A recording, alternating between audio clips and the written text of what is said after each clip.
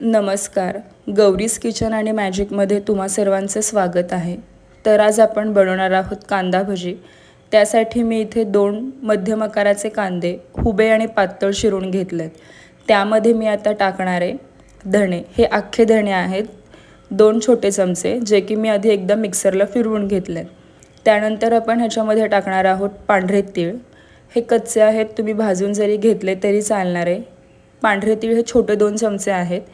त्यानंतर आता मी इथे 1 छोटा चमचा मीठ टाकणार आहे.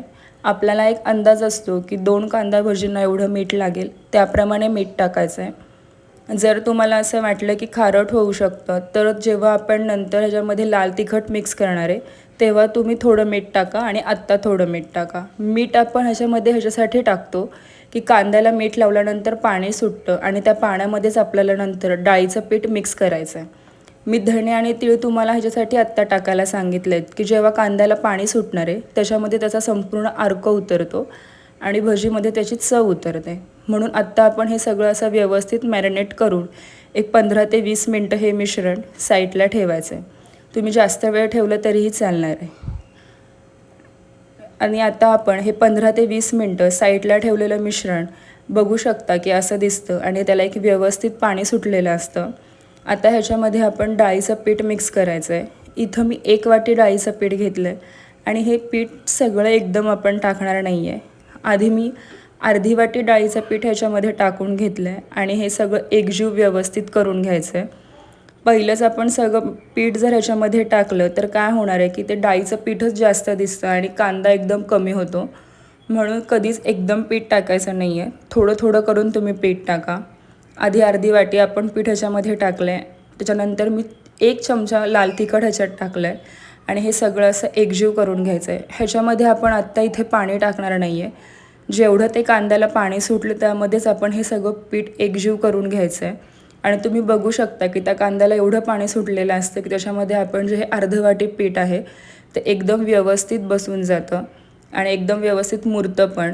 जर तुम्हाला असं वाटलं की काही वेळेस कांद्याला हे जास्त पाणी सुटतं, जर तुम्ही त्याला 1 तास मॅरिनेट केलं तर त्याला जास्त पाणी सुटलेलं असेल, तेव्हा तुम्ही मग डाळीच्या पिठाचं प्रमाणही वाढवू शकता.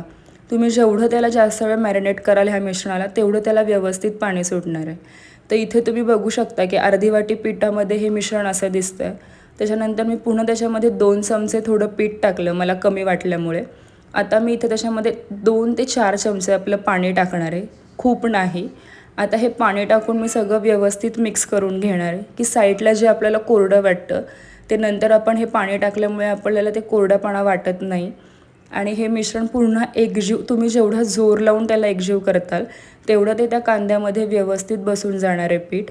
आणि हे जास्त पीठ घट्टच तुम्हाला दिसणार आहे, एकदम पातळ दिसत नाही की जे आपण नॉर्मली भजी आपण करतो तेव्हा आपण ते पाणी टाकल्यामुळे ते बॅटर एकदम पातळ दिसतं.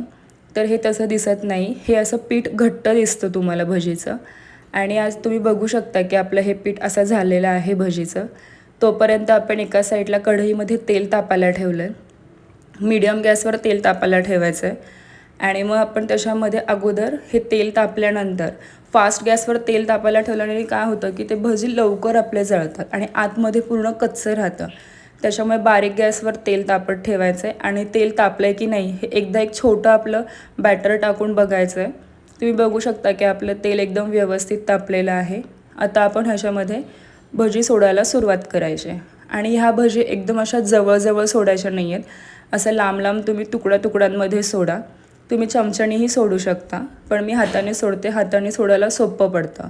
आणि हे असं लांब लांब तुम्ही सगळे भजी सोडून घ्यायचे तेलामध्ये. आणि आपल्याला असं वाटतं की ते खूप तेलामध्ये एकदम घट्ट होईल, पण नाही, ते नंतर जसं जसं ते शिजत येतात तसतसे ते तेलामध्ये मोकळ्या व्हायला लागतात. त्याच्यामुळे तुम्ही एका वेळेला एक 8-10 जरी भजी सोडल्या त्याच्यामध्ये तरी चालणार आहे. आणि तेलामध्ये ह्या भजी मध्यम आचेवर तुम्ही ठेवायच्यात. एक 5 ते 7 मिनटं आपण मध्यम गॅसवरती त्या ठेवल्या की त्या शिजायला लागतं पीठ आणि त्या आपोआप मग कढईला ज्या चिटकलेल्या असतात त्या मोकळ्या होतात. एक 7 ते 8 मिनटानंतर त्यांना लालसर रंग यायला लागतो. आणि फास्ट गॅसवर ठेवल्यामुळं काय होतं की ते वरतून लाल रंग पटकन येतो, पण आतून मात्र आपल्या भजी ह्या कच्च्याच असतात ते पीठ. आणि तुम्ही बघू शकता एक 4 ते 5 मिनटं झालेले आहेत आणि ह्या आपोआप मोकळ्या झालेल्या आहेत कढईमध्ये. आता आपण थोडासा गॅस वाढवायचा आणि त्यांना लालसरपणा येऊन द्यायचा. आणि आपण ह्या भजीमध्ये सोडा टाकत नाही, कारण का आपण पाणीच टाकलेलं नाही आहे. जर आपण सोडा टाकला तर काय होतं, भजी तेल पण जास्त पितात आणि आपण पाणी अजिबात टाकायचं नाही, त्याच्यामुळे सोडा टाकायचाही प्रश्न येत नाही. तुम्ही न सोडा टाकता एकदा ह्या भजी करून बघा, तुम्हाला नक्की आवडतील. ते आपल्याला असं वाटतं की भजी करायची म्हणजे सोडा टाकायलाच पाहिजे तरच त्या कडक होतील, तर असं काही नाही आहे. कमीत कमी पाणी टाकायचं आहे आणि कांदा भजीला तर तुम्ही पाणीचं टाकायचं नाही आहे. 4 ते 5 चमचे लागलं तर तुम्ही पाणी टाकू शकता आणि तुम्ही बघू शकता अशा आपल्या ह्या खरपूस लाल रंगाच्या भजी तयार आहेत. तुम्ही ही रेसिपी नक्की घरी करून बघा, तुम्हाला सगळ्यांना आवडेल. आणि हे इथे आपल्या ह्या अशा कांदा भजी तयार आहेत. जर तुम्हाला माझी रेसिपी आवडत असेल तर चॅनलला सबस्क्राईब करा, लाईक करा, शेअर करा. धन्यवाद.